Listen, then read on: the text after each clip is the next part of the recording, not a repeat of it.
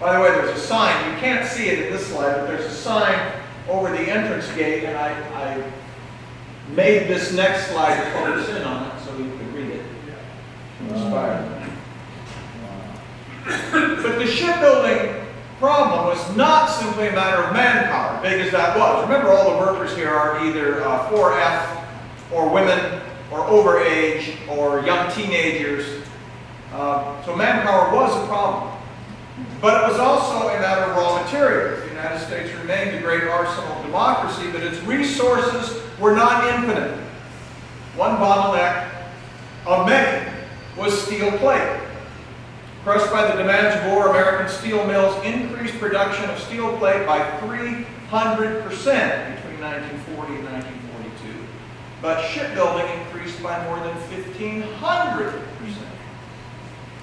So the American War Production Board, one of the alphabet soup of acronyms that the Roosevelt administration created, WPB, had to decide who got priority, who gets the plate. You can't build anything without it. Aircraft carriers, battleships, destroyers, submarines, liberty ships, everything.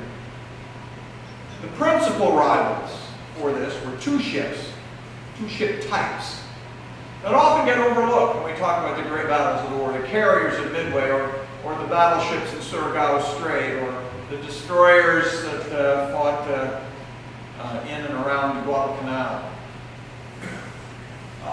These were the liberty ships that carried the cargoes and the supplies, that kept the armies and our allies supplied, and something called the landing ship tank, better known by its initials as the LST.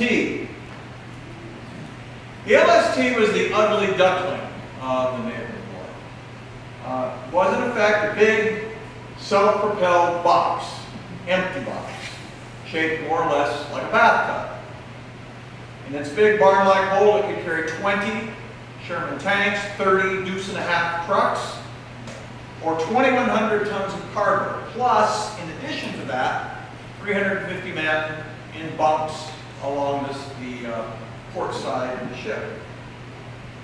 It could also carry 40 jeeps or light trucks on its weather deck, so it's a two-story ship. It had a flat bottom that would enable it to steam right up onto the beach, open those massive doors like a giant cupboard, and discharge its tanks and trucks right out onto the beach.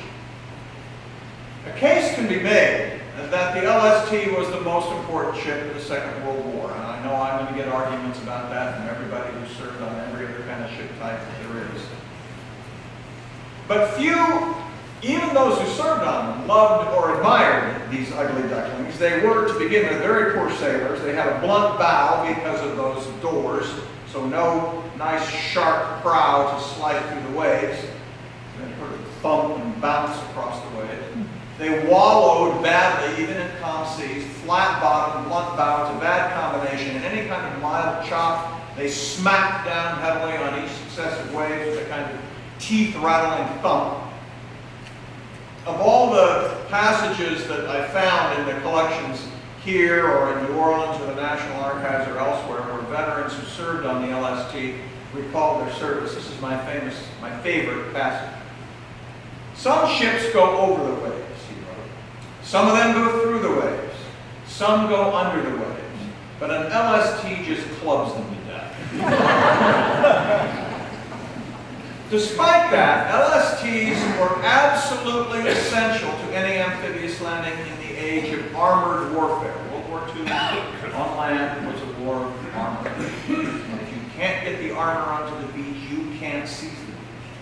And the LST became the industrial and logistical bottleneck of the Allied effort of the Second World War.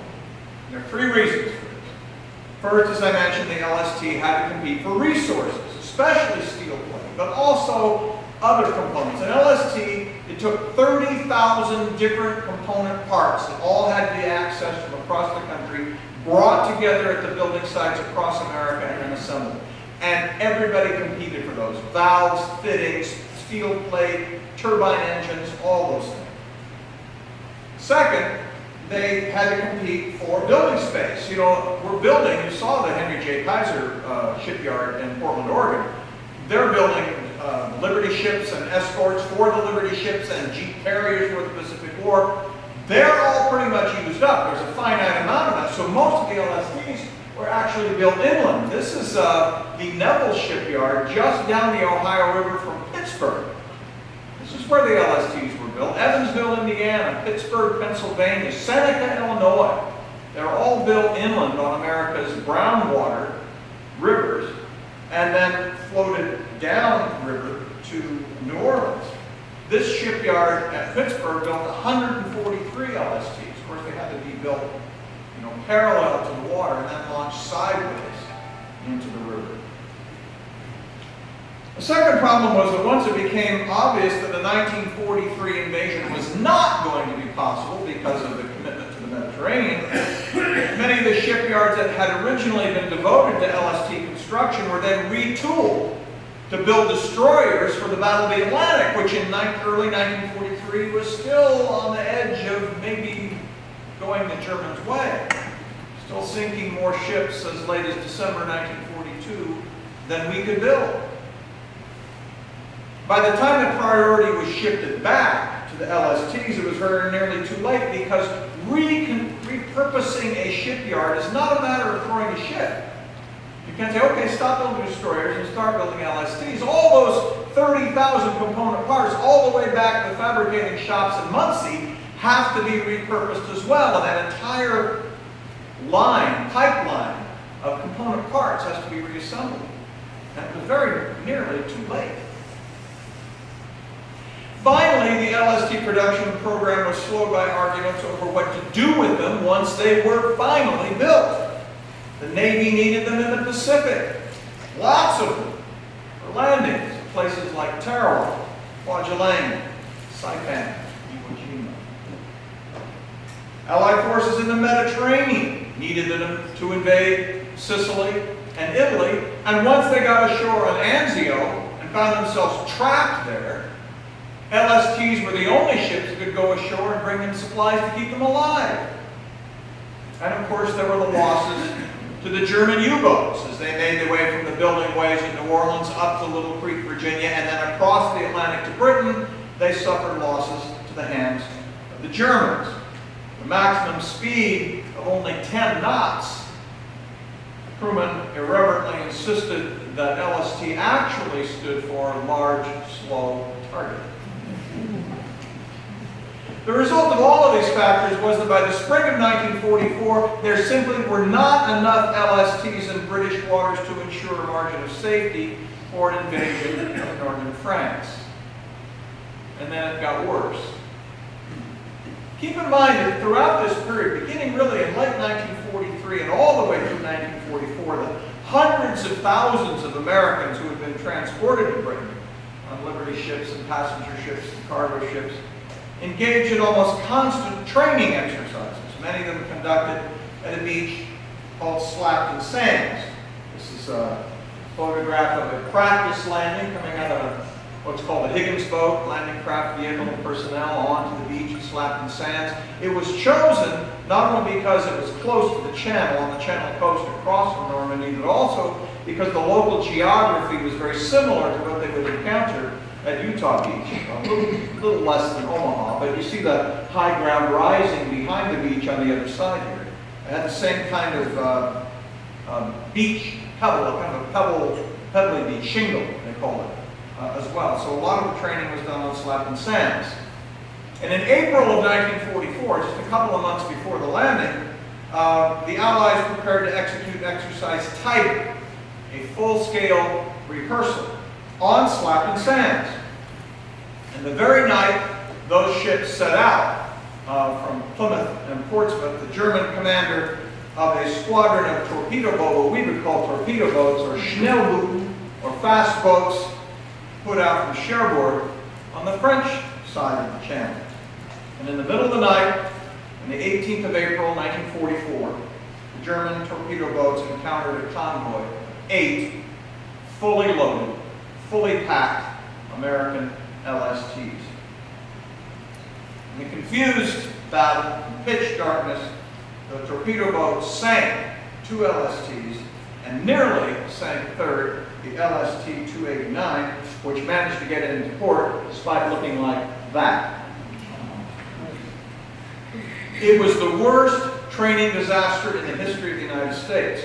More than 700 Americans were killed. It's not casualties, that's KIA. 700 killed in this ambush. More men, by the way, than were lost in the actual landings on Utah Beach when they took place just over a month later. But what concerned Eisenhower almost as much as the loss of those 700 men was the loss of those 3 LSTs. At a time when there were none to spare, he immediately cabled the Joint Chiefs in Washington. He needed 3 more LSTs, but of course there were none to spare. They said they would send 3 more as soon as they could be built, but they wouldn't possibly get across the channel in time. Could you send 3 LSTs from the Mediterranean? Can't possibly, there are none to spare, and once again, they couldn't make it in time, even if there were. You'll just have to make do. So now we come at last to the operational phase. The traditional explanation of Allied success at D-Day, and I think it derives in part from another film, The Longest Day. Many of you have seen that one too, I'm sure. There's a great scene where there's a German sergeant kind of sauntering along the bluffs, and he's carrying breakfast out to the troops on the point, who knows what. But the mist is slowly rising off the channel, and as he looks out to sea, he sees one ship, then another, and then 100, and then 500, and then 1,000, and then several thousand, and it's an unimaginable armada. And the visual image of that, I think, has transferred itself into our collective memory, so that our notion is D-Day was successful because we just overwhelmed them. Well, that's mostly true, but not entirely true. Indeed, at Omaha Beach in particular, the scene of the clip from Saving Private Ryan, the attackers were very nearly driven into the sea. The Germans at Omaha Beach had 81 machine gun emplacements. That's more, by the way, than on all of the other 4 other invasion beaches combined. And they were on high ground that was concave in shape, so that they could fire from both flanks as well as from above, from that high ground. There was simply no place on that beach where a man could live. One of the most absurd statistics of this invasion is those machine guns fired at the rate of 2,000 rounds per second.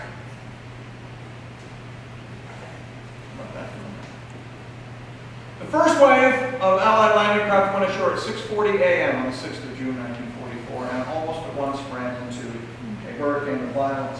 There aren't many films, photographs of that actual day. This is one. This, of course, one of the famous photographs taken by, oh, now it's just slipped my mind. Who's the photographer? Oh, thank you. At Omaha Beach on that day. The result was that by 8:30, less than 2 hours after the first soldier stepped ashore, the invasion of Omaha Beach had stalled.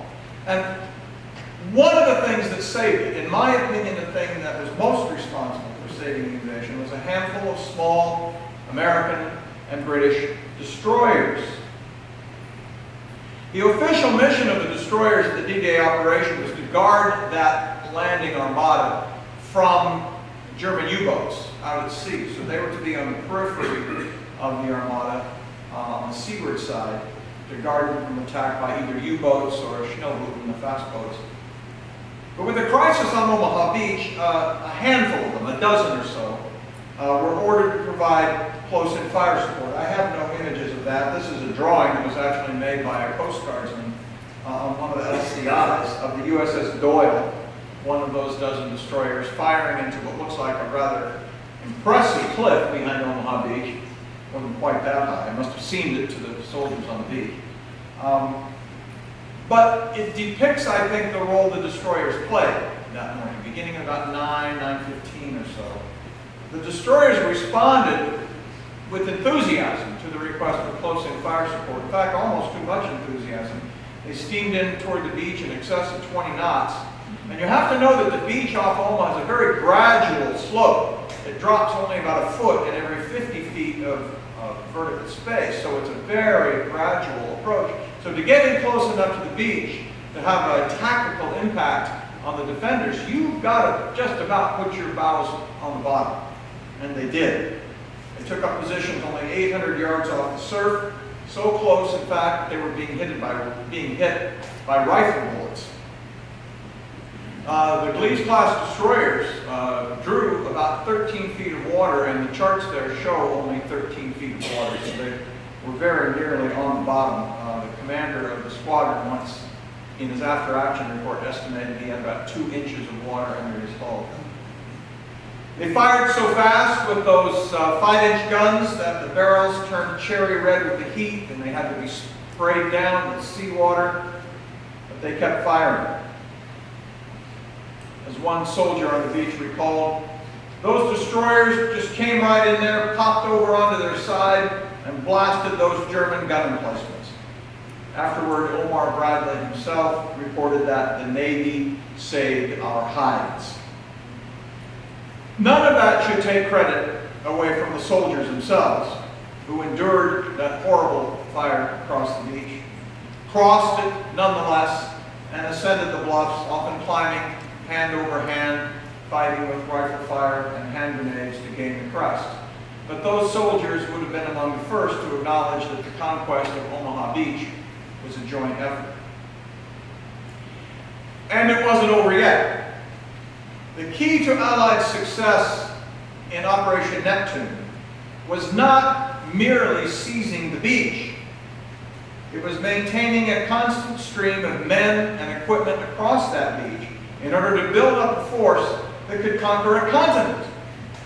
We think of that wave going ashore at 6:40 in the morning as the ones who took Omaha Beach or Utah Beach, or for the British and Canadians, the Sword, Gold, and Juno beaches. But in fact, it was the men who came in subsequent waves, 15, 20 minutes apart throughout the day, throughout the morning, throughout the afternoon on the 6th of June, and then more on the 7th, and the 8th, and the 10th, and the 15th. Those were the forces, and the supplies that they brought, and the trucks, and the tanks, and the beams, and the bullets coming ashore. To do all of that, to bring 1 million men ashore in Normandy, would require a functioning seaport. And as a result, the very first ground objective after the initial landing was to seize Cherbourg Harbor. It's an aerial photograph of Cherbourg. You can see ideally situated to receive material coming ashore. But the campaign for Cherbourg took 2 weeks. And though it was eventually successful, the Nazis, with their usual efficiency, had completely wrecked it, making the harbor unusable for at least a month, the precise month during which the Allies would have to bring ashore the follow-on forces and the supplies necessary to hold that toehold and turn it into a foothold, and then a launching pad for the invasion of Germany. So we can't use Cherbourg. That's okay. We've got a backup plan. This is an aerial shot of the British version of what was called the Mulberry, one of 2 that the Allies constructed off the invasion beaches. Let me back away from the mic here for a minute. These are called Phoenix units. They're made of concrete. Each one of those is as tall as a 6-story building. They were manufactured pre-invasion, towed across the channel, and sunk in place on the day after D-Day, D-Day +1. Inside, you can see 4 Liberty ships using the Phoenix units as a breakwater to create calm seas. These are called whales. They're floating roadways made of metal, again, pre-built, prefabricated, brought across, reassembled by the Seabees off the 2 invasion beaches. And at the end of each, these pier heads, called Leibniz piers, named for their inventor, they too rose and fell with the drastic 30-foot tides off Omaha Beach and Utah Beach, and Sword Beach, so that the LSTs could come in and offload at the pier heads and the tanks and trucks and equipment could drive along the whale roadway onto the beach. It's a brilliant piece of engineering, and an awful lot of post-invasion studies credit the mulberries, which were essentially a British conception, with the logistical success of D-Day. Alas, it turns out not to be true. On June, the first operational use of a mulberry was June 16th. The American opened a day before the British did, and the British opened theirs on the 17th of June. And on the 19th of June, a storm came down the channel and smashed it to bits. And the American mulberry had to be abandoned. Now, with no access to Cherbourg, and one of the two mulberries proving non-functional, the Americans had to fall back on the use of LSTs once again, which over the next several weeks crowded onto Omaha Beach and Utah Beach in an unending cycle, bringing ashore to mend the tanks, the trucks, and the supplies to exploit the beachhead, and then loading themselves up with wounded and with prisoners, often in the same ship, and taking them back across the channel. So efficiently did they do this that the amount of men and supplies offloaded onto Omaha Beach in this period actually surpassed the amount brought ashore when the mulberry was functioning. The 1 millionth American soldier came ashore, as fate would have it, on the 4th of July, 1944. And 3 weeks later, the Allies executed Operation Cobra, breaking out of their enclave in Normandy in Brittany and racing across the French countryside toward Paris, which fell on August 25th. And the key to that success, that remarkable success, was not merely the stunning courage and determination of the Allied soldiers, admirable as that was, but also the long history of compromise over strategy, the lessons learned in North Africa and Sicily and Italy, and perhaps above all, the ability of American factories and shipyards to turn out unprecedented, indeed up until then, unimaginable numbers of ships and planes and guns.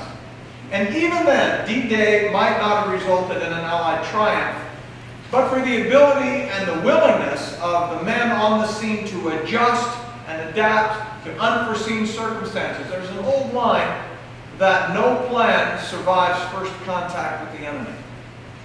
The plan for Operation Neptune was 1,100 pages long, single-spaced, and 4 inches thick. And it was so detailed, the High Command believed it knew the location of every soldier and every sailor and every minute of every day of the month-long operation it would take to put those million soldiers ashore. But almost the moment it started, it fell apart. So the final tribute has to go to the men themselves. Those teenage sailors and soldiers who drove the landing craft through those obstacles and onto the beach. The men who crossed that beach, through the obstructions, past that merciless machine gun fire, to gain the toehold that was the first step on a long road to Berlin. Thank you very much for your attention. I look forward to your questions.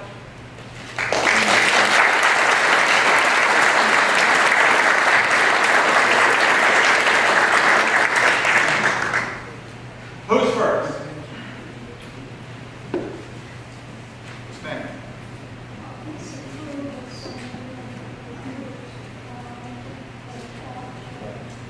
Yeah, the question is it true that many of the troops drowned in the initial landings? And it is true. One of the things, almost every operation, amphibious operation, amphibious operation is the most difficult in warfare. That is another sort of catchphrase that operators use to describe amphibious operations. And the reason is because, in particular at Omaha Beach, there were a series of undulations under the water. I mentioned already the gradual slope of the beach, but in that slope there were trenches that would fall down to 15 feet and then it would shoal upward to only 2 feet. So that driving the small landing craft, the Higgins boats, into the beach, or the landing craft tank, the smaller tank-carrying landing crafts that were in the initial surge to the beach, in driving those ashore, the petty officers and the ensigns who commanded the LCTs would navigate to find a clear spot between the obstructions and then charge in toward the beach, but they would run aground. And they would think, all right, this is as far as I can go, and they would keep that throttle pressed forward, but then they'd drop the gate and they'd say, all right, everybody, get out. Well, they'd step off, and it might be only 2 feet, they'd walk 5 yards, and it would be 15 feet, and down they'd go. With a 60-pound pack, and a 9-pound Garand M1 rifle, and a few of them would manage to shuck off their pack and discard the rifle and come sputtering to the surface and crawl ashore without their equipment and without their weapon. But there were lots of weapons to be found on the beach once they made it to shore. But some never came up at all. I don't know the precise numbers. In fact, it's interesting that the casualty figures for Omaha Beach are a little bit uncertain even now, as careful as we are about keeping records.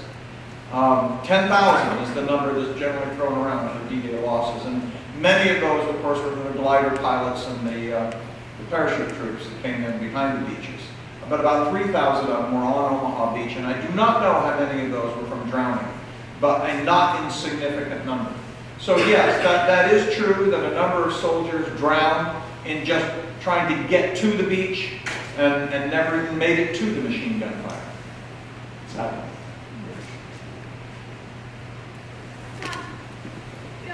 This question's about. There's a microphone. This question's about the weather. Eisenhower postponed the invasion for the day because the weather was so bad. They were predicted to have the 24 hours of clear. And then I know that the prediction was that more storms were going to come in and it was going to get bad again. In the reading I've done, I've never really seen a lot about, okay, how bad did the weather get the second day, third day, fourth day, and how much of an issue was that in getting people and materials? Yeah, great question. You know, this 1,100-page plan that was put together, you know, nobody can control the weather. And of course, this was a moment, everyone knows, where Eisenhower had to labor. It was supposed to be June 5th. It was going to be June 5th, and the meteorologist, the British staff officer, comes in, Major Stagg, and says, we just, you know, here's what the weather's going to be. I can't tell you can't do it, but I can tell you what the weather's going to be like, and this is what we know. And no one but Eisenhower could make the decision. So he makes the decision, now famous, to postpone for 24 hours. The problem for the naval craft is that the Utah beach invasion ports had already gone to sea. They're already out in mid-channel, and they're fighting that terrible weather. There's about a 5-foot chop, 30-knot winds. It's pretty bad. It's the sailors and embarked soldiers who are on the smaller landing craft, the LCT. The LSTs were big. They could, you know, throw waves at them all day long. It's uncomfortable, but they're not going to go down. But the LCTs were more than uncomfortable. They were in peril. And they had to then make their, once Eisenhower postpones, they had to make their way back into port somehow. And now they're in ports, not the same one from which they left, and they're all jostling around in these ports. And then he's got to make a decision to go ahead, and he's pacing back and forth. Very dramatic moment. The entire chiefs of staff can watching him perhaps as he paces, and he famously says, okay, we'll go. But as you know, there is this clearer period on the 6th of June, clear enough to make the landing, bad enough that the Nazis thought they'll never do it in this weather, just good enough that we could carry it out, but not good by any means. The chop was at 2 to 3 feet. One of the worst casualties of that perhaps was something called the DD tanks. DD usually in the Navy stands for destroyers. Not in this case, it stood for duplex drive. It was an invention. The British came up with a lot of these sort of creative inventions, and they had these kind of Rube Goldberg contraptions that were designed to do one thing and another. This was one of them. The DD tanks were Sherman tanks that had been equipped with essentially waterways, like a big Mae West vest.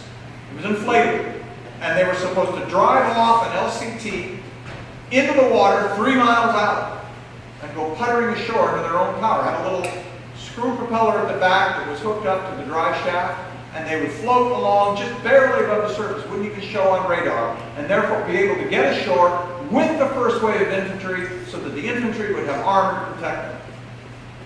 Well, you know what's coming in that bad weather. They drove by. Of course, they're determined to go. They've been rehearsing for this for 4 months. By golly, the weather's not going to stop us. And off they went, and down they went. especially in Omaha Beach, 34 tanks. 31 of them went to the bottom, with, in some cases, the crew still inside. So the weather remained a factor, and of course it was a factor as well for those jumping from airplanes behind the lines. For the bombers who prepared the beaches beforehand, that cloud cover meant they had to bomb by radar rather than by sight, and they missed their targets, so that Omaha Beach did not have a plastering by aircraft beforehand. So the weather was good enough, barely, but not good, and it did affect operations. Is that responsive to your question? I don't think so. I think your question was from June 6th, you know about the storm about 10 days later, is what was the weather like in that time period? Between June 6th and June 19th, when the storm hit. The weather was, again, it was okay, and it differed from day to day. There was no day they couldn't operate, except for the 19th, 20th, and half of the 21st, when the storm was smashing into, even then they managed to get 3,000 tons ashore. There's actually a table in my book, for those of you who haven't, near the back, that shows the personnel, the vehicles, and the tonnage brought ashore on each day, and the only days for which it drops well below target are those 3 days of the storm. So it wasn't fun, it wasn't comfortable, but it was good enough, except for that storm. Most of the history of this invasion took place on Omaha, of the history. How about the other invasions? If Omaha had failed, would the operation still have gone successful? Yeah, that's a great question. We talk about Omaha so much because it was the most problematic. It was the one Bradley himself says, not only in his after-action report, but in his memoirs, he says, I was in an inch of calling it off, and he actually had a kind of debate with the American admiral who had the Force O, as it was called, for Omaha, John Leslie Hall. And they went back and forth, and Hall kept saying, look, just keep putting men ashore, and we'll wear them out, we'll wear them down, we can do it. But he, Bradley, was about to call it off. And what he planned to do was to send them all into Utah. So what that would have meant was more troops going ashore in Utah. The British and Canadian beaches were doing much better. The British at Sword Beach had a hard time not getting ashore, but they were the target of the counterattacks. When the Germans finally got permission from Berlin to launch counterattacks, they were almost all aimed at Sword Beach to protect the city of Caen. And so, although Caen was supposed to fall the afternoon of June 6th, it didn't fall for 2 months, mainly because of those German counterattacks. So, the answer to your question is the operation would have gone ahead, but it would have been much different. Omaha would have been abandoned. They would have landed at both Utah and at Gold on both flanks and had to come in behind it to cut it off, which would have taken more time, which delays the capture of Cherbourg, and the dominoes fall. So it's hard for an historian to say, if this had happened, that would have happened. But it is very clear that abandonment of Omaha Beach would have severely slowed, but not stopped, the Allied invasion. Is that fair? Remember the class of 57? You guys handle that? Yes, sir. I was in Houston yesterday, went to the Houston Museum of Industry and Science, and they show about a 45-minute D-Day film narrated by Tom Brokaw. And one of the things they said in that film that was magic about June 5, 6, and 7 was the high tides in the English Channel, and it let them get over quite a bit of the German underwater barrier defense system. The tides are a big factor in all of this, and it provoked an argument months long between the Army and the Navy. And the short version of it is this.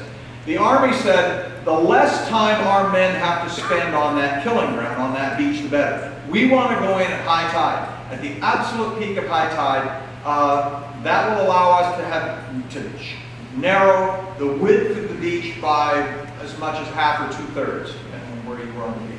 The Navy said, if we go in at high tide, all those underwater mines are going to rip out the bottoms of our ship. We want to go in at low tide so we can see the obstructions, we can send what we call a UDD team, what was then called a Naval Combat Demolition Unit, NCDU. We can send those teams in at absolute low tide, mine those obstructions, blow them up, get them out of the way, so that as the tide rises and subsequent waves come ashore, they can get across that beach. They fought and fought and fought, and they finally came up with the idea, well, we'll go in at half tide rising.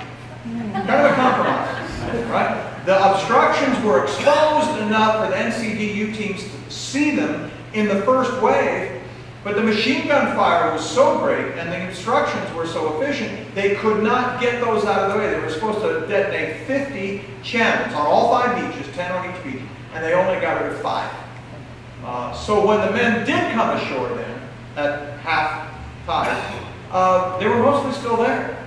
So like many compromises, it was not a perfect one. The tides were not exceptionally high during those 3 days. That was what tides did, June 5, 6, 7, then 1942, 43, 44, 45, and today. They're just very high tides and a very gradual beach, and you combine those two things, the width of the beach narrows dramatically, and still does. So that was a factor in the planning. They knew what it was, they integrated it, but of course each service had its own preference on how to do it. There was no, it's not that one was right and one was wrong, they were both right. But that's what they did, was compromise.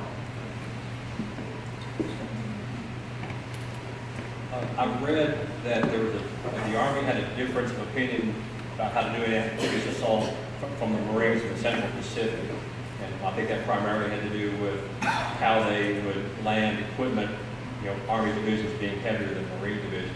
Did the Army in this instance make a conscious decision to attack as a standard Army division? Did they modify it all one way or the other? Yeah, great question. You'd think that given the fact that D-Day is in June of 1944, and we'd already gone through Tarawa and Kwajalein and a number of other landings in the Pacific, that there ought to be lots of lessons to be learned. And in fact, members of Admiral Ramsey, who was the commander of Neptune, Ramsey being the British admiral who was in charge of